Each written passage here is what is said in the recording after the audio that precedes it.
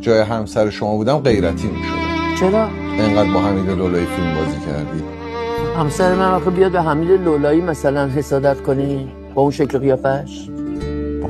بازیگر پرطرفدار باشه. شوخی هم کرد با تو. چه بازی‌ها بهتون برخورد؟ بیجا کرد که شوخی کرد. چرا بابا همکاره؟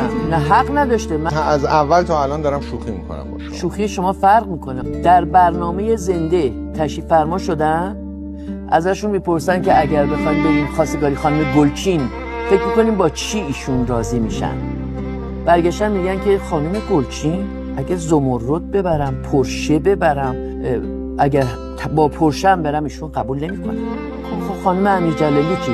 نه بابا خانم امیر جلالی با یه پراید 57 راضی میشه.